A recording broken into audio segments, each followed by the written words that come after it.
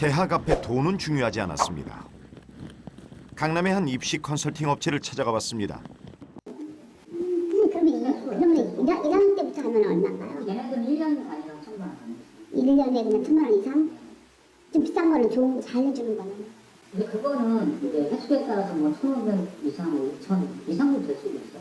선생님, 그러면 1,000만 원짜리 하고 2,000만 원짜리 하고는 많이 차이가 나나요? 좀? 완전히 달라지죠. 설계해준 동아리 활동을 하고 그것을 책으로 내면 학생부가 차별화된다며 홍보하는 것도 있었습니다. 동아리 정말 좋아요. 아, 동아리니까 좀 비싸구나. 동아리는 예. 360에 이제 언론사 홍보까지 이제 들어가는 거예요. 그렇죠. 아, 동아리도 책으로도 나올 수 있구나. 그러면 지금 출판사 책 나온 거까지 800인 거예요? 아니면은 보통 출판 비용은 다시 들어가는 출판 비용? 그렇죠. 출판 비용은 따로 들어가고 저수라는 비용은 800만 원. 동아리 어떤 동아리가 될 것 같아요? 그럼 책을 저축하면 훨씬 돈이 되죠. 처음 나왔죠. 왜냐면 책 쓰는 애가 없거든요. 이 업체에서 작성해준 각 활동별 비용입니다. 교구와 비교과 활동을 월 4회 관리해주는 비용이 각각 80만 원.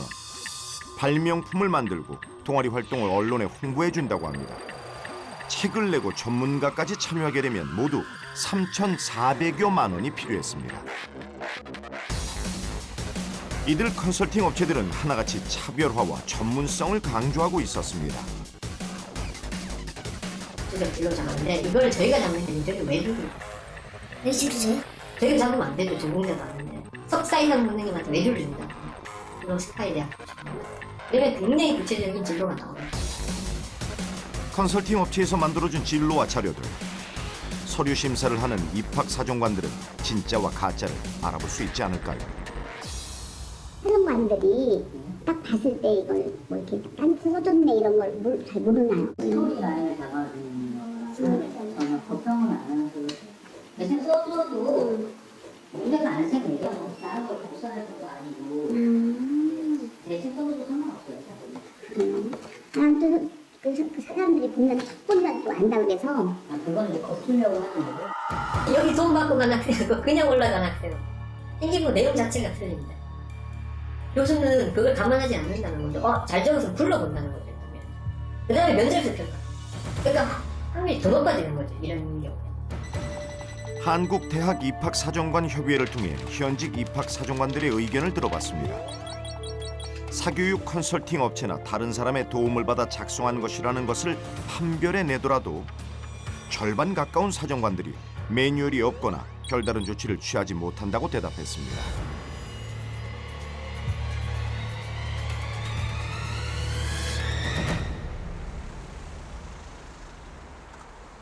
그렇게 컨설팅 업체에서 정해주고 만들어준 길은 과연 누구의 길일까요?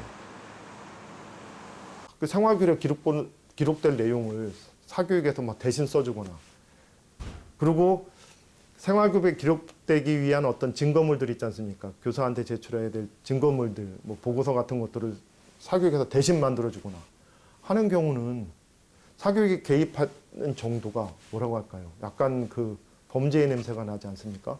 그러니까 수능 시험에 사교육이 개입하는 것과 이 학생부 종합의 생활기록에 사교육이 직접 개입하는 것은 그거를 지켜본 사람들이 느끼는 도덕적인 느낌이 확연히 다르죠. 학교생활기록부는 말 그대로 학생이 학교 생활을 통해 발전하는 과정을 담은 성장의 기록입니다. 그 중요한 학생부를 쓰는 것은 교사의 권한입니다. 저희가 써서 드리는데 그래가지고 우리가 써서 주는 거지. 과제특기나 독서 그런 거 자격증으로 써서. 네. 채특을 학생들한테 맡긴다고요? 네. 나는 너희들이 세세하게 활동하는 걸 모르니까 써서 달라 이건데 저희는 그냥 저희가 쓰면은 그대로 딱 생기부에 들어가는 거죠. 근데 그것을 써서 제출 안 하면은 안 써주는 선생님들도 있어요. 아예 빈칸으로. 한 학생이 담임 선생님이 나눠준 유인물이라며 제보해준 사진입니다. 학생부에 기록하고 싶은 내용을 아예 선생님의 입장에서 정리해 오라는 지시가 적혀 있습니다. 제일 많은 경우가 이제 아이들한테 생기고 양식을 아예 줘요. 그래서 이 전체를 학생들 보고 너네가 써놔라. 그 선생님이 반영하니까 이런 학교가 많고요. 그 다음에 양식까지는 안 주더라도 A4 용지에 너네들이 이제 올리고 싶은 내용 올려가는 게 확인하고 반영해줄까 이런 학교가 있고, 또 제일 안 좋은 학교는 사실은 선생님이 알아서 100% 작성을 그냥 이런 학교는 나중에 생기부가 막 한두 줄 써드리는 경우도 많고. 20대 연구소에서 수집 분석한 136부의 학생부에는 학생부 기재의 현실이 적나라하게 담겨 있습니다. 2개의 학생부가 눈에 띄었습니다. 같은 학교지만 문과와 이과 서로 다른 반을 다니는 2명의 학생. 하지만 이 두 학생의 교과별 세부 능력 및 특기사항은 놀라울 만큼 똑같습니다. 완벽 일치합니다. 저희 모집하는 과정에서 우연히 같은 학교 학생부들이 들어왔거든요. 근데 그것들을 보니까 동일한 내용이 엄청 많은 거예요. 진짜로 이렇게 복붙이라는 그런 걸로 표현이 되는구나 생각을 하면서 되게 학생부가 너무 형식적으로 적히고 있지는 않나라는 좀 고민도 많이 하게 됐고요. 웃지 못할 학생부도 발견됐습니다. 교사는 학생이 써온 내용을 그대로 옮겨 적었습니다.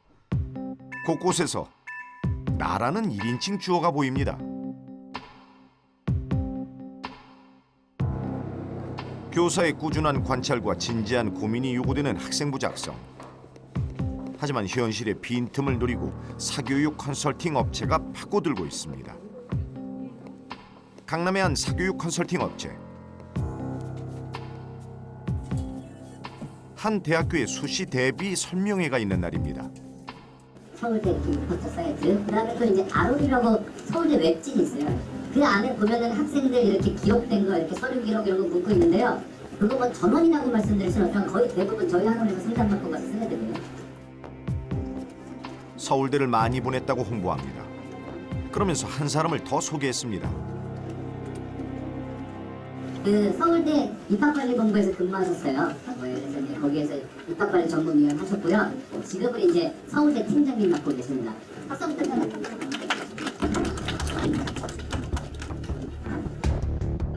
컨설팅 업체 측에서는 그의 입학 사정관 전력을 강조했습니다. 소개받은 강사가 보여준 자료는 서울대에서 공개하는 입학본부의 웹진 자료였습니다. 그래서 이제 뒤에 보시면 A는 1.2하고 B는 1.48인데 B가 더 좋은 성적을, 좋은 평가를 받는다라고 얘기를 하는 겁니다. 참고로 말씀드린 중학생 다 저한테 상담받고 학생부 작성했던 학생입니다. 잘 들었는데 잘된 케이스라고 나오죠. 이 친구는 명분리에 대한 탐사를 하고 나서 그걸 설명하는 자료를 지자체에 제공을 했고 그 자체에서 그걸 일부 채택해서 안내 자료를 쓰고 있어요. 그 내용을 여기 썼거든요. 이거 제가 설명회 때 발표를 했던 내용이에요. 이건 예전에 서울에 그대로 이거 넣어놨죠. 이 친구 제가 상담받고 갔던 학생이거든요. 이렇게 했다라고 해서 이거 써라 이렇게 얘기를 했었어요.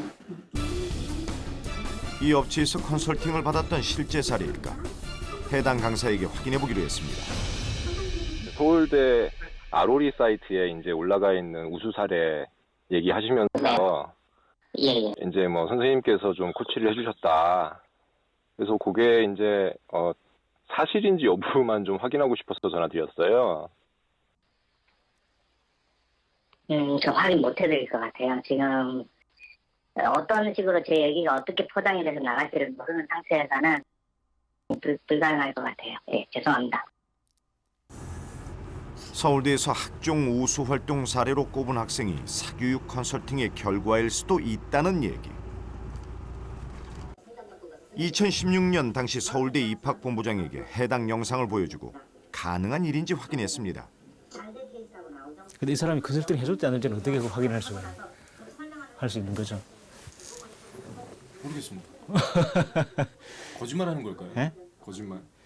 그러니까 저게 너무 자율활동에 기재되어 있는 이런 내용들, 이런 것들을 그냥 하나 그냥 단순한 사례로 제시한 건데 이게 모범적인 어떤 행태로 생각해가지고 거기에 자꾸 이제 따라가면 뭔가 도움이 된다라고 생각하는 이게 문제인 것 같아요. 좀 자율활동에 뭐가 기재되어 있다 그래가지고 그게 당락을 좌우하는 요소들은 전혀 없는 거거든요. 근데 이게 너무 학생부 종합전형의 어떤 비교과 부분이 지금 계속 이렇게 강조되고 있는데 실제로 학종의 참 모습은 교실 수업이 전부 다라고 보면 되거든요.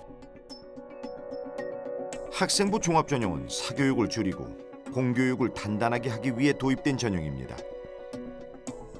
하지만 학종의 선발 비중이 매년 늘어가면서 사교육의 행태도 변신하고 있었습니다.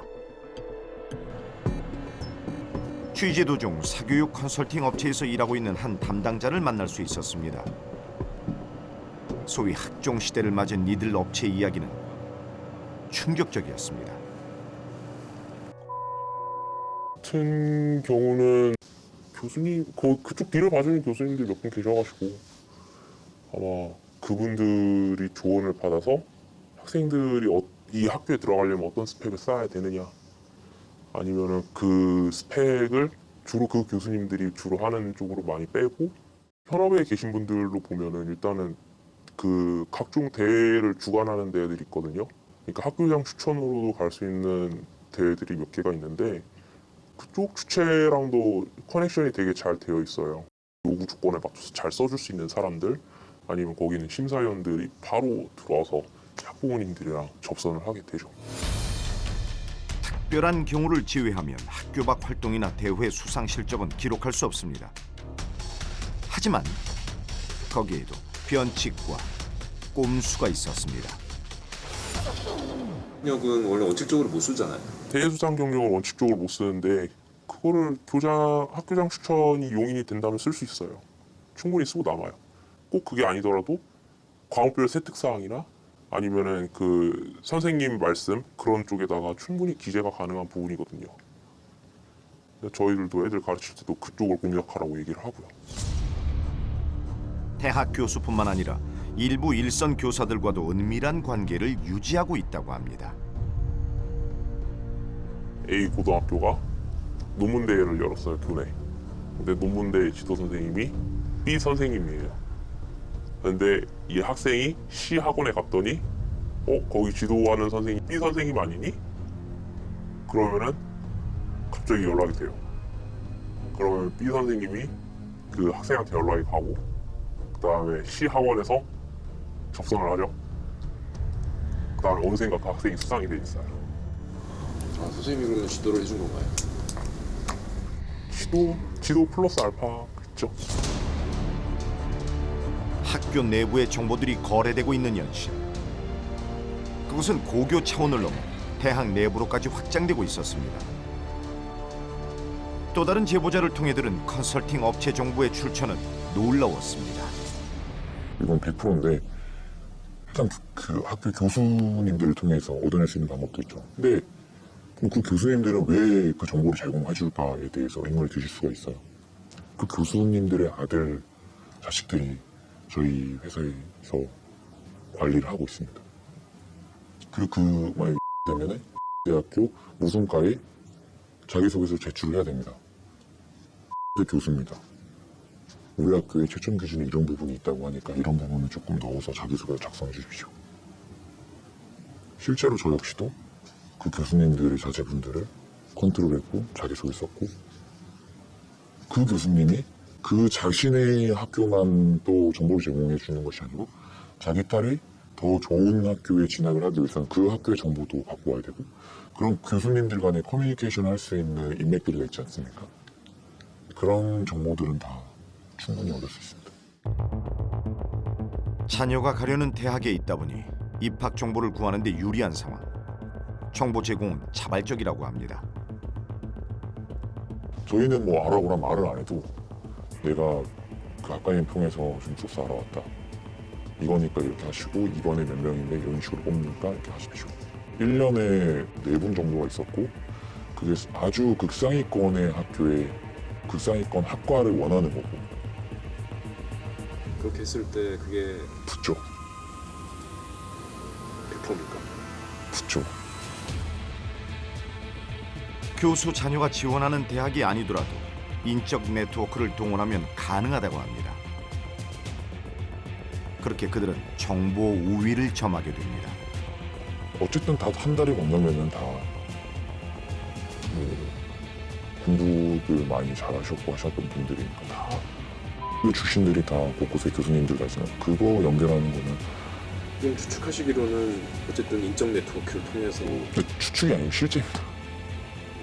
그러니까 그들이 그 대학의 내부 정보를 갖고 오고요. 그 다음에 그 자기 친구한테 얘기를 뭐 했다 이런 얘기도 하시죠.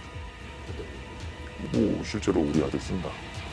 그리고 그거 아니더라도 그 교수님들이 어떤 성향을 갖고 있고 어떠한 패턴이 가고 요번에 학과장님이 누구기 때문에 아니면 실제로 누가 들어갈 것 같다는 걸 대충 예측해요. 저희도. 그 예측과 이 모든 정보가 다 종합이 돼서 가는 진짜 말 그대로 종합 전형이잖아요. 그러니까 이 정보의 비대칭에 있는 상황에서 싸움이 될 수가 없죠. 몇 개 대학에서 극소수가 벌이는 행태. 하지만 입시의 공정성과 투명성에는 흠집이 났습니다. 일단은 자기 아들이 있기 때문에 앞뒤가 안 보일 거라는 생각이 들고요. 그 간절함이 우리나라에서는 대학이 가장 중요한 거니까 그 간절함이 첫 번째일 것 같고요. 두 번째는 이게 적발될 수가 없어요. 왜 적발될 수가 없냐면 드러나는 흔적이 없거든요. 실제로 근거가 남는 것도 아니고 아무 기록이 남는 것도 아니잖아요. 흔적이 남지 않는다고. 그것이 진실일까요? 자기 노력이 아닌 거짓으로 포장된 실력들은 다른 사람의 옷을 입은 것과 같습니다. 하지만 우리는 대학에 가기 위해 맞지 않는 옷도 마다하지 않습니다. 그냥 애들이 돈으로 스펙을 만들어 놓는다 해야 되나? 돈으로 스펙을 아예 채워버리니까. 자소서를 이런 쪽으로 바꾸면 어떻겠냐 하면서 허위 경험을 쓰라고 기재를 하라고 교육청에서 오신 분들이 그렇게 얘기를 하더라고요. 내가 다른 저기 고등학교에 있는 학생한테 이렇게 쓰라고 해서 그 학생은 그렇게 썼고 지금 어떤 대학교에 명문대에 붙어가지고 잘 다니고 있다. 의대에 붙는 게 중요하지 뭐 그게 사실인지 뭐 거짓인지가 뭐가 중요해. 너가 일단 의대에 합격하는 게 중요하지. 교사들 역시 학생들을 대학에 보내기 위해 학생부의 진실만을 쓸 수는 없다고 합니다.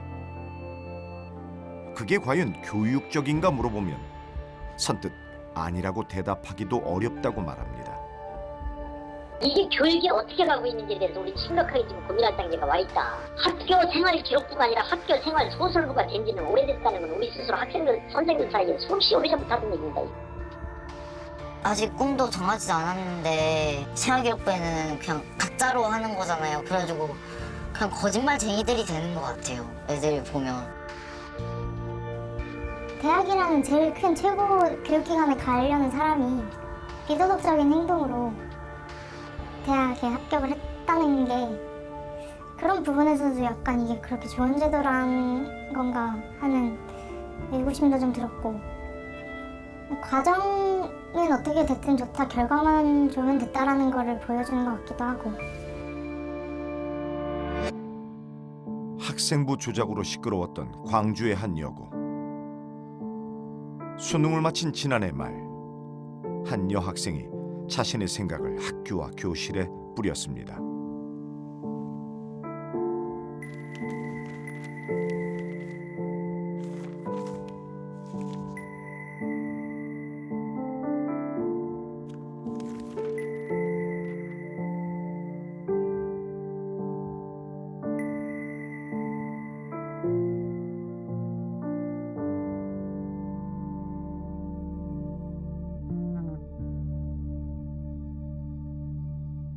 언제